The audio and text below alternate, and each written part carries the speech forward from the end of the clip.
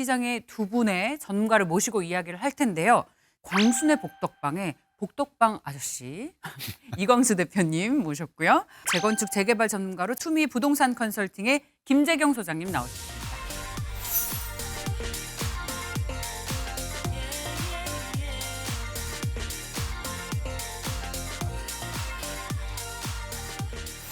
아마 많은 분들이 궁금해하실 것 같습니다.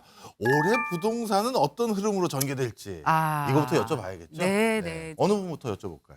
우리 복덕방 선생님한테 여쭤봐야죠. 이광수 대표님 어떻게 보십니까? 예, 일단 부동산이라는 속성이 그러니까 시간이 좀 오래 걸려요. 분위기가 바뀌려면 쉽게 말해서. 그래서 아직도 겨울이라고 생각하시면 될 것 같고요. 특히 올해 2024년도에는 수요가 감소하고 있습니다. 더 빠르게. 그래서 조금 더 추운 한 해가 되지 않을까 그런 전망을 하고 있습니다. 그렇군요. 우리 소장님은? 이 부동산 시장을 한마디로 설명하기엔 지금 어려운 시장인 건 맞습니다. 근데 저는 2024년도 시장 같은 경우는 이제 양극화를 넘어서 초양극화가 되지 않을까라는 생각들도 하고 있거든요. 단적으로 지금 현재 PF 위기설은 사실 위기설이 아니라 실제가 되고 있고 그런 반면 최근에 일시 부동산 대책이 나오는가 하면서 또 훈풍이 돌고 있는 시장들도 있다 보니까 구분해서 볼 필요성이 있지 않을까라고 보고 있습니다. 그러니까 이 황금알을 낳는 거라는 게 뭘 투자해도 다 좋고 누구나 투자하면 돈 번다라는 인식이었는데 그게 아니다라는 말씀이신 거잖아요. 요즘 경제 뉴스 보면 다 오르는 얘기잖아요. 금리 오르고 물가 오르고 인건비 오르고 그러다 보니까 부동산 뉴스에서도 공사비가 오른다. 인건비 오르니까. 예. 그러면 조합과 시공사 간의 갈등이 있겠죠. 그렇겠네요. 공사비가 오르니까 시공사에서는 조합한테 공사비 올려줘. 근데 조합 입장에서는 부동산 가격도 안 오르는데 누가 좋아하겠습니까? 이런 분쟁과 관련한 뉴스들이 계속 나오기 때문에 부동산 시장이 요즘 추운데 더 추워지는 것 같습니다. 자, 얼마나 올랐길래 이게 뉴스가 되는 것인지 그리고 이게 내려올 일은 없는지에 대해서 김재경 소장님께 여쭤보겠습니다. 공사비 막 2배 뛰었다, 3배 뛰었다 하더라도 체감이 잘 안 되잖아요. 불과 2, 3년 전만 하더라도 아파트를 지으려 했을 때 평당 도급 단가가 한 300에서 500만 원 선이었습니다. 하이엔드 브랜드조차도 600이 채 안 됐었거든요.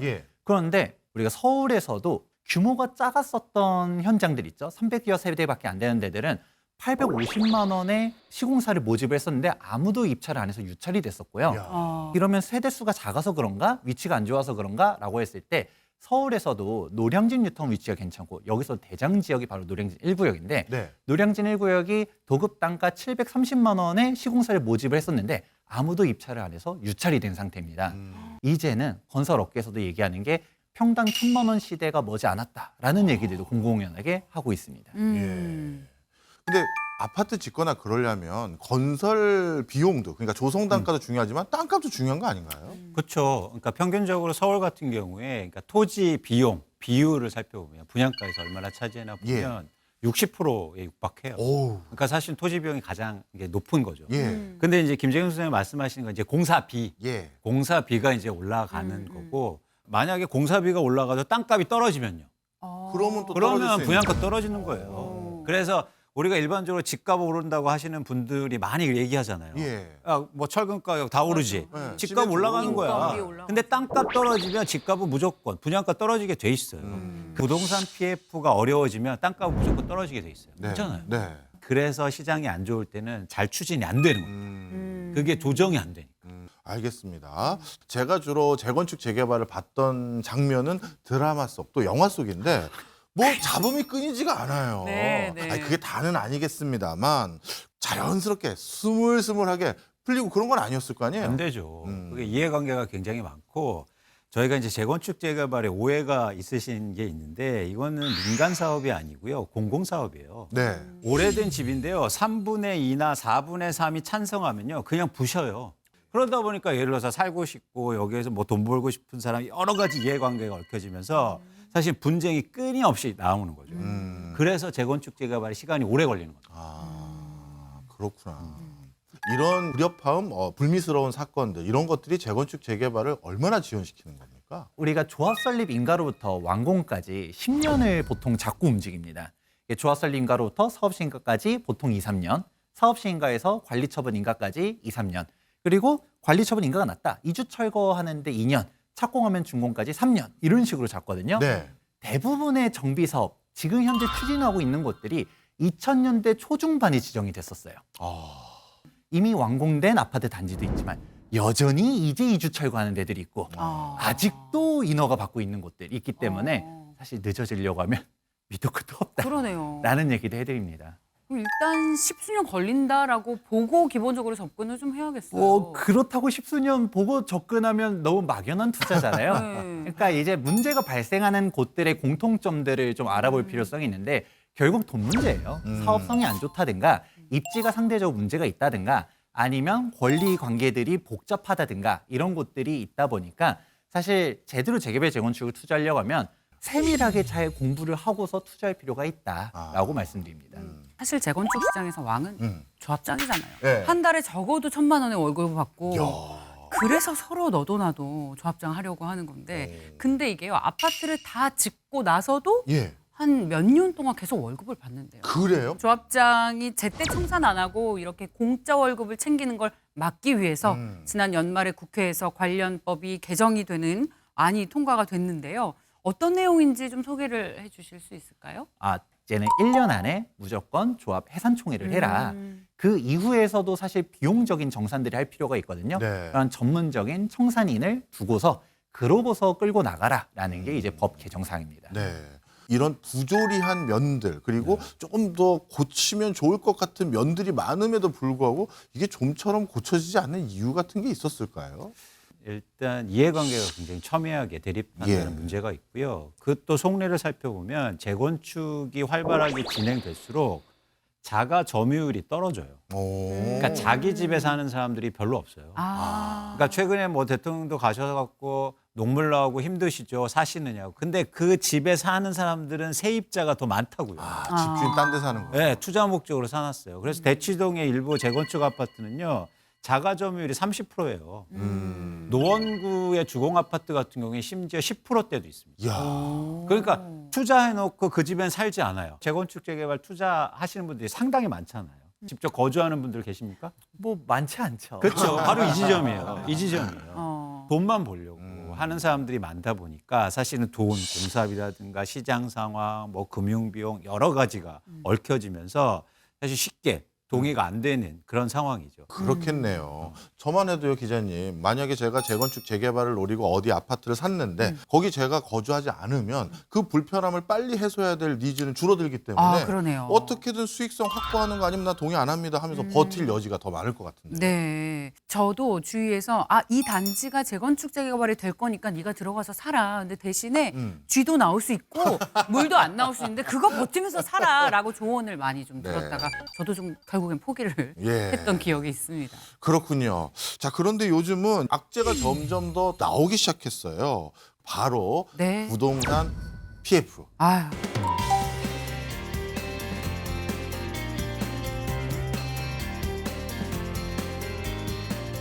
이 재건축 재개발도 결국 부동산 PF 같이 자금 조달해서 짓는 건가요? 그것도 궁금합니다. 직접적으로 부동산 PF를 일으켜서 예. 사업 진행을 하진 않지만 예. 그러니까 전반적으로 금융시장이 영향을 받아요. 예. 무슨 얘기냐면 부동산 PF가 문제가 커지면 부동산 관련된 자금 조달의 금융 비용이 올라갈 거 아닙니까? 그렇죠. 부동산 PF 때문에 전반적으로 부동산 시장 금융이 위축이 되면 금리가 올라가게 될 거고 그렇게 되면 분담금이 많아지게 되겠죠. 예. 조합원들이. 예. 그러면 사실 부담을 느끼게 될 수밖에 없고 사업 진행이 더 안 될 수도 있다는 겁니다. 그렇군요.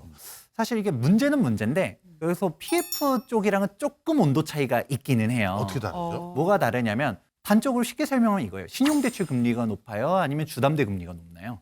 당연히 신용대출 금리가 높죠. 그렇죠. 네. 이유는 담보가 있으니까. 예. 네. 왜냐하면 우리가 PF 사업 같은 경우는 땅을 결국 확보했다 하더라도 우리가 에쿼티라고 표현하는데 자기 자본 비율이 정말 낮아요. 예. 뭐 5%도 안 되는 경우들도 부지기수인데 재개발 재건축은 그래도 소유자들이 내 땅을 들고 있잖아요. 네. 그래서 금리가 높아진 건 사실인데 이 높아진 금리도 우리가 막 시행사들 말하는 것처럼 막 20%, 10몇 % 이런 게 아니라 뭐 4%, 5%, 6% 이렇게 가고 있다. 그럼 이것도 궁금해요. 부동산 PF하고 재건축 재개발에서 어떻게 보면 금융 비용 자체가 약간의 차등은 있는데 요즘 같은 분위기에서 뭔가 입주가 예정됐던 분들이 제때 입주 못하고 지연되는 경우가 많잖아요. 그 입주 지연된 그 비용이나 그 손실은 어떻게 처리가 되죠? 예전에 생각했었을 때는 사실 아파트 한 번 지을 때 30개월이라 했어요. 네. 2년 반. 근데 이제는 기본 3년. 사실 그 이상을 봐야 된다라고 보는 사람들도 많습니다. 공기가 늘어나면 도급 단가가 높아질 수밖에 없죠. 결국은 건설사가 조합원들한테 전가를 하고 조합원은 일반 분양자들한테 전가를 하는데 이게 전가가 잘 안 되면 안 되죠. 내가 또 안아야 되는 이런 것 때문에 사실 갈등들이 많죠. 그렇군요. 그러다 보니까 건설사들이 정비 사업 잘 안 하려고 하는 거잖아요. 앞서 말씀하신 것처럼 부동산 투자 환경에 변화가 생기면서 선별적으로 투자를 하고 아니 사실상 이 정비 사업 안 하겠다. 옛날 같으면 와 저기 재건축하는데 우리 깃발 꽂자 우르르 달려가자 이 분위기가 지금 아닌 거예요. 일단 한번 지켜볼까 이런 분위기라는 건데 그러다 보면 시장에 어려움들이 좀 많이 생길 것 같습니다. 어떤 파장이 있을까요? 그러니까 중요한 지점이 있어요. 일단 건설사들은요, 이 재건축을 통해서 돈을 벌지 못했어요. 그러니까 건설사가 예를 들어서 강남의 재건축을 수주해서 돈 번 경우가 별로 없습니다. 쉽게 말해서 원가율이요, 대부분 90% 후반대고요, 100% 넘었던 경우도 굉장히 많아요. 최근에 입주하는 그런 재건축 아파트. 근데 왜 그렇게 건설사들이 수주했을까요? 왜죠? 그건 뭐냐면 네. 브랜드 때문이에요. 그래서 거기에서 분양 잘 되고 올리면 다른 데서 땅 사고 이런 데가 잘 되니까. 근데 이 다른 데서 지방에서 분양하고 수도권에서 분양하는 거는 심지어요 수익성이 막 20%, 30%씩 나와요. 그러니까 여기서 돈 벌어서 강남의 재건축 조합원들한테 도와줬던 거예요. 네. 근데 지금 문제가 터졌어요. 뭐죠? 지방이 안 돼요. 수도권이 안 팔려. 그러니까 재건축도 할 수 없는 거예요. 그래서 재건축의 원가가 올라가는 거예요. 재건축 재개발을 통해서 공급을 많이 할 것으로 기대하는 건 불가능하다는 거예요. 원천적으로. 근데 자꾸 재개발, 재건축을 통해서 공급할 수 있다고 하고 해야 된다고 해요. 안 된다니까요. 재건축 재개발로 뭐 공급해서 부동산 시장 안정시키는 거 그거 쉽지 않다 말씀을 주셨는데 정작 대통령이 뭐라고 언급하셨냐면 재건축 재개발 시장의 규제를 완화해서 30년이 넘었다면 안전진단 없이 재건축 절차를 간소화하겠다 이걸 발표해 주셨어요. 그러다 보니까 시장에서는 이러다가 서울의 경우 재건축 사업이 거의 5에서 6년이면 되는 거 아니냐 이런 분위기도 있거든요. 정확하게 안 받는 건 아니고 네. 뒤쪽으로 미룰 수 있도록 해주겠다 했거든요. 이거 대책 자체는 전 유의미하다라고는 봐요. 예. 시간을 실질적으로도 한 5년씩은 단축시킬 수 있다라고 보는데 네. 그렇다고 해서 5년, 6년 만에 되는 건 일단 아닙니다. 예. 왜냐? 안전진단이라는 거는 언제 할까요? 조합 설립되기 전에 하는 전에. 거죠. 그러니까 이 부분을 갖다가 병행 추진할 수 있도록 바꿔준다라고 했었어요. 예. 예전에는 어떤 식으로 움직였었냐면 일단 안전진단을 먼저 신청해요. 예비 안전진단 먼저 받고 정밀 안전진단을 받고 그리고 지금은 사실상 유명무실해졌지만 우리가 일명 2차 안전진단이라고 말했었던 안전진단 적정성 검토도 받고 네. 여기서 일단 다들 떨어졌었죠. 네. 그렇다 보니까 보통은 이 기간이 잘 가야 2, 3년인데 우리가 목동 신시가지도 그렇고 여의도 아파트 단지들도 보면 사실 여기서만 그냥 5년, 10년 묶여 있었던 곳들이 정말 많았어요. 예. 그리고 정비계획 수립하는데도 2년은 걸려요. 정비계획 수립된 다음에 추진위원회 승인 신청하고 조합 설립 동의를 모으는데 이게 조합 설립 동의율 75% 모으는 게 쉽지 않죠. 장난이거든요. 네. 쉽지 않죠. 진짜 빨라야 3년에서 5년, 뭐 하다 보면 10년 이상 걸리는 경우들이 부지기수인데 그렇다 보니까 너무 오래 걸리잖아요. 네. 그렇게 우여곡절 끝에 조합 설립해도 10년인데 아. 그러니까 받는 기간 동안 안전진단도 하고 정비계획 수립하는 거를 병행하도록 하겠다. 네. 그러면 앞에 있었던 앞단에 있었던 절차들만 하더라도 한 5년씩 5년 또 이상. 걸리는데 네. 그게 단축된다라는 점에서는 유의미하고 네. 근데 살짝 아쉬운 것 중 하나는 안전진단 한번 신청하는데 비용이 못해도 1, 2억씩 대단지다 하면 2, 3억씩 들어가거든요. 예. 조합도 설립되고 정비계획도 수립돼서 철거된 게 확정됐는데 예. 이 돈을 굳이 왜 지출을 해야 되느냐? 아. 사실 실제로 1기 신도시 관련돼서 노후계획도시 특별법 같은 경우는 통합 재건축으로 갔었을 때는 안전진단 아예 면제해주겠다는 내용도 있어요. 예. 저는 진짜 대통령이 얘기했었던 것처럼 30년 넘어가면 아예 안전진단을 안 받을 수도 있도록 해주겠다라는 것까지 가면 더 좋았지 않았을까라는 얘기 해드립니다. 개인적으로는 정부에서 이런 추진하는 정책 응원해드리고 싶죠. 네. 시장이 또 워낙 침체돼 있고 인건비, 기자재비, 뭐 공사비가 워낙 많이 오르니까 이게 지금 부동산 시장의 발목을 잡을 것이다라는 걱정이 사실 더 많은 것 같아요. 그러면 광수 대표님께 여쭤볼게요. 일기 신도시들의 추진 속도는 어떨 것 같으세요? 그 지점이 또 문제가 되는데요. 예를 들어서 우리가 재건축 가능한 추진 그 세대 수가 한 75만 세대 정도 되는데 이걸 다 이렇게 뭐 안전진단 연기해주고 어쨌든 그 속도를 높이겠다고 하면 그럼 어떻게 되겠습니까? 가장 좋은 것부터 될 거 아니에요. 일기 신도시는요, 약간 밀릴 수가 있어요. 서울이 아니니까. 네. 그렇잖아요. 그리고 또 하나 우리가 30만 세대, 40만 세대를 없애고 한 번에 지을 수 없어요. 하고 싶어도. 예. 왠지 아세요? 건설사가 없어. 한국의 건설업은요, 유일하게요, 외국 건설사 보셨어요? 없어요. 우리 안에서 해결해야 돼요. 맞아요. 최대한 할 수 있는 게 예. 전국적으로 15만 세대만 없앨 수 있어요. 진짜 열심히 해도. 그러니까 철근 안 들어가고 이런 거 아닙니까? 그러니까 사실 그런 차원에서 능력도 안 되고 그러니까 많이 추진되면 일기 신도시가 약간 소외될 수 있다. 제가 두 분 모든 말씀을 다 들어봤을 때 자신감 있게 제 돈 거기다 넣겠다라는 생각이 잘 안 들어요. 분명 언론을 통해서 제가 봤던 건 재건축 절차 간소화해서 5, 6년이면 된다. 5, 6년이면 저도 기다리거든요. 근데 지금 이런 두 분의 평가를 들어봤을 때 과연 이번에 이런 조치들이 투자자들이 적극 나설 수 있는 조치라고 보세요? 그래서 양극화입니다. 아. 투자자들이 바보가 아니거든요. 예. 그러니까 진짜 될 수 있는 곳들, 예를 들어서 일기 신도시라고 하면 어디가 되겠냐? 우리가 5대 신도시라고 하잖아요. 대표적으로 일산, 분당, 삼본, 평촌, 중동 이렇게 네. 5군데인데 분당은 어떻게든 되겠죠. 네. 왜냐? 바로 옆에 배우지가 좋죠. 그렇죠. 인근에 이제 판교 일단 집값이 20억이 예. 넘어가잖아요. 예. 그래서 우리 그렇게 얘기를 해요. 저는 이 특별법도 있지만 이 특별법에 너무 목매지 말아라.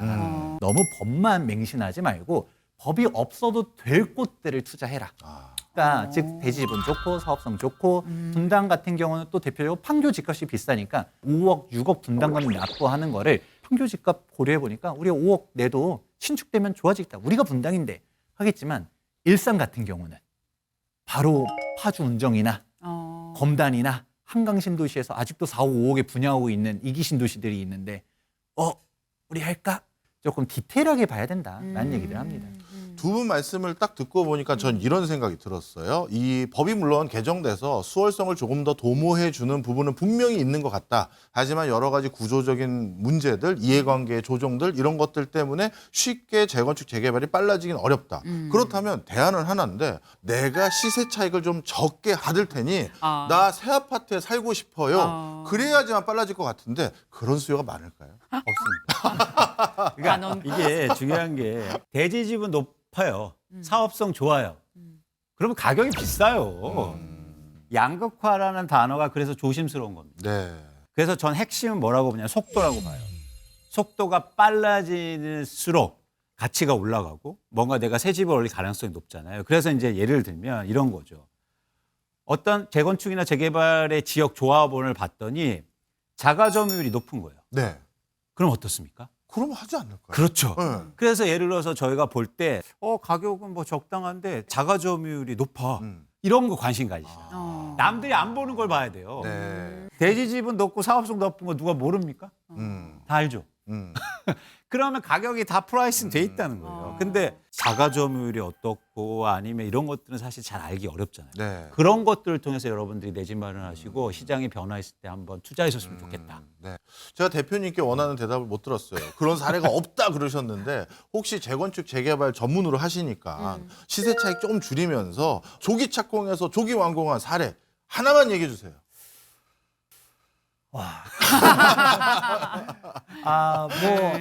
그 좀 쉽지는 않은데 대표적인 케이스가 하나 있긴 합니다. 그게 어딥니까? 바로 대표적으로 동부 이촌동의 수를 들 수가 있는데요. 여기가 1대1 재건축으로 갔었고 예. 당시 정말 극단적인 케이스 중에 1대1 재건축으로 갔었어요. 그러니까 이게 정말 어마어마한 것 중 하나가 기부 체납도 땅을 30%를 냈어요. 그래서 옆에 보면 공원이 있습니다. 예. 서울시가 요구하는 것대로 기부 체납할게.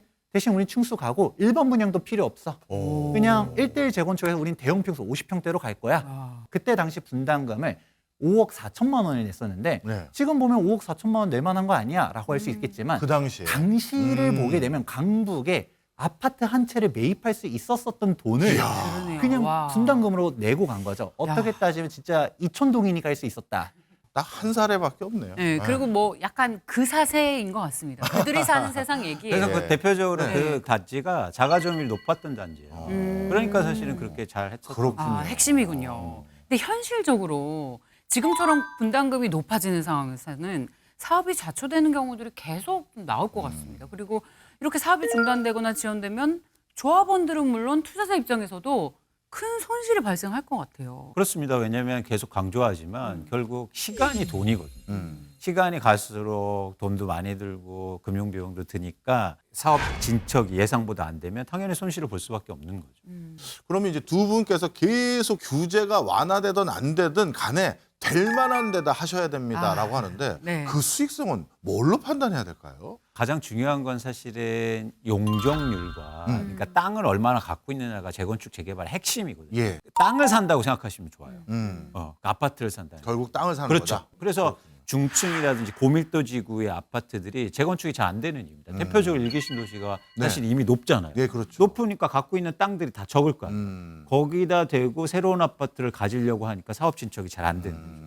가장 중요한 거는 일단 용적률이 맞습니다. 네. 재건축에 우리 흔히 말하는 대지지분이라고 네. 얘기를 하는데 이 대지지분을 좀 더 디테일하게 알게 되면 1인당 대지지분을 사실 소형 평수가 많은 데는 가기가 쉽지가 않아요. 네. 상대적으로 소액으로 재건축 리즈를 원하는 사람들이 소형 평수를 투자하죠. 그렇겠죠. 그러면 열 몇 평짜리 원룸 투룸들을 산단 말이죠. 예. 나는 투룸이었으니까 투룸 받을게 라고 할까요? 아니죠. 나도 방 3개, 화장실 그렇죠. 2개, 최소 25평, 예. 33평을 원하는데 소형 평수들이 많은 곳들은 얘네들 용적률을 높여줘도 다 뺏어갑니다. 그래서 우리가 평균 대지지분도 중요하지만 1인당 대지지분 따졌었을 때 소형 평수가 얼마나 많은가도 볼 필요성이 있고 우리가 보통 사업성에 말하는 걸 쉽게 얘기하면 조합원 대비 일반 분양 세대수라 하지만 일반 분양 세대수가 적은 강남권 재건축들은 또 가요. 왜 그러냐면 한 세대를 분양해도 분양가 비싸잖아요. 네.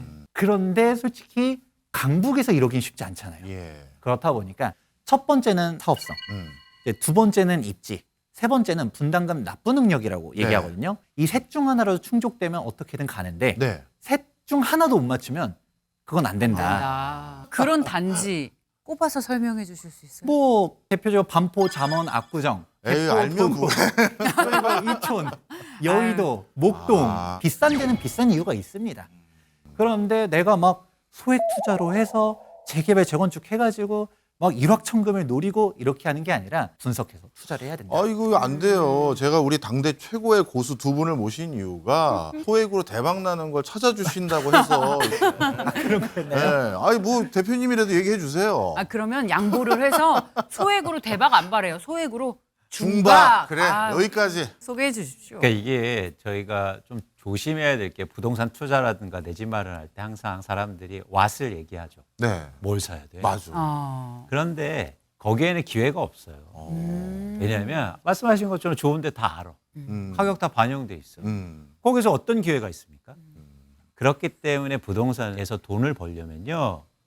when에 대한 고민이 더 많이 해야 돼요. 웬 언제 살? 쉽게 말해서 2년 전에 샀으면 지금 엄청 힘들었을 거 아니에요. 그렇겠죠. 근데 최근에 가격 떨어져서 샀어 봐요. 갑자기 뭐 송파구에 막 4, 5억 떨어지는 거 샀으면 돈 벌고 시작하는 거 아닙니까? 그런데 우리는 항상 완만 얘기해요. 그런 관점에서 2024년도에 펼쳐질 시장이 굉장히 좋은 거예요. 얼마나 긍정적입니까? 싸게 살수 있다. 내 집 마련 저렴하게 할 수 있겠네. 얼마나 긍정적이에요, 저? 예. 근데 맨날 오른다고 하는 게 긍정적입니까? 그럼 세상 어떻게 살아요? 예? 맞아요, 안 맞아요? 맞아요. 예? 저 굉장히 긍정적인 사람이에요. 예. 그래서 지금도 계속 논의의 초점이 뭐냐면 어디 사? 그거는 기회가 아니다. 이제. 언제? 그래서 2024년도가 너무나 좋은 기회가 여러분들 아, 오실 그래요? 거다. 제가 그러면 웬과 왓을 둘 다 충족하는 답변 한번 해드리도록 오, 자, 배틀 사실 들어갑니다. 이게 1차. 뭐 배틀이라기보다는 말 그대로 기회가 있는 데들은 분명히 있거든요. 예. 근데 사실 이게 방송에 나갈 수 있을지 제가 잘 모르긴 하겠는데 저희가 판단할게요. 안 나가면 얘기하세요. 저희 더 원합니다. 규제의 역설이라고도 표현을 하거든요. 네. 규제 덕분에 급매물이 나오는 지역들. 이런 데들은 시점도 빠름에도 불구하고 가격이 눌려 있는 곳들이 있거든요. 네. 그런 데들은 웬과 왓을 둘 다 충족할 수 있죠. 재건축 같은 경우는 조합설립인가로부터 소유권 이전 등기시까지, 재개발 같은 경우는 관리처분인가로부터 소유권 이전 등기시까지 전매가 사실상 막혀요. 그럼 그 전에 팔려는 사람들이 급하게 팔겠죠. 그렇네요. 도시정비법을 잘 보게 되면 무작정 못 팔게 해놓으면 재산권 침해다 보니까 팔 수 있는 요건들이 있습니다. 대표적으로 1세대 1주택자인데 10년 보유 5년 거주한 사람. 근데 이렇지 않다 하더라도 사업이 딜레이 된 경우는 팔 수 있어요. 사업 시행 인가로부터 착공까지 3년이 넘게 지연된 경우에는 예외적으로 팔 수가 있거든요. 예. 다주택자라든가 돈이 필요하든가 팔아야 되는 사람들은 지금밖에 못 파는 겁니다. 그래서 조합원 입장에서 좋은 건 아니죠. 규제 때문에 내 집값의 재평가를 못 받는 거니까. 인간하면 더 비싸져야 되는 게 맞지만 그 전에 급하게 내놓는 사람들이 있었는데 그런 매물이 좋은 물건. 왜냐면 여기는 속도도 빠르잖아요. 예정지 이제 안 전진다 막 이런 애들은 네. 15년 이상 기다려야 될 가능성이 네. 높은데 관리처분 인가 나면 5년 안에 입주할 수 있는 애들 보면서 여기 금액도 저렴해. 시장 공부를 잘하다 보면 지역별 이벤트가 있는 데들에서 기회를 찾을 수도 있다. 얘기도 늘 우리 이광수 대표님이 말씀하시는 역발상이에요. 거기에서 돈을 벌 수 있는 거예요. 네. 저희가 그냥 뭐 남들하고 똑같이 하고 돈 안 벌면 돈 월이 비해피 볼 필요 없잖아요. 네? 그렇죠? 네. 좋습니다. 자, 그럼 끝으로 주옥 같은 조언 한마디씩 듣고 마무리를 짓겠습니다. 먼저 이광수 대표님. 그러니까 재건축 재개발 관련해서 이런 정책이라든가 규제 완화 이런 뉴스들을 많이 접하게 되실 거예요. 그렇게 되면 갑자기 막 이제 사야 되나 조급한 마음이 들고 빨리 투자해야 되나 이런 마음이 생길 수 있죠. 그런데 내가 그렇게 생각한다는 건 남들도 다 그렇게 생각한다는 거예요. 계속 강조하지만 그런 기회가 없어요. 그래서 좀 차분한 마음으로 그 때를 기다리셨으면 좋겠다. 아니 1, 2억 벌 수 있는데 기다릴 수 있어요. 네, 네. 하실 수 있다. 그래서 시간에 대한 고민 그리고 좀 여러 가지 고민들, 생각들 많이 해보셨으면 좋겠다는 말씀 드립니다. 알겠습니다. 네. 저 같은 경우는 아무래도 재개발 재건축 전문가다 보니까 정비 사업 당연히 주목해야 됩니다라고 말하고 싶습니다. 근데 준비된 자가 그 과실을 딸 수가 있다. 그러니까 여러분들 이런 좋은 프로 잘 애청해 주시면서 이렇게 공부를 계속적으로 하시면 좋을 것 같습니다. 네. 알겠습니다. 오늘 말씀 듣고 보니까 네. 규제가 완화됐다라고 해서 덥서 묻지마 투자해서는 절대 안 될 것 같고요. 신중한 투자하셨으면 하는 바람입니다. 네. 언제 투자하는지 시점이 중요하다고 하셨으니까 그 시점을 콕 집어서 얘기해 줄 기회를 또 노리면서 오늘은 이만 보내드리도록 하겠습니다.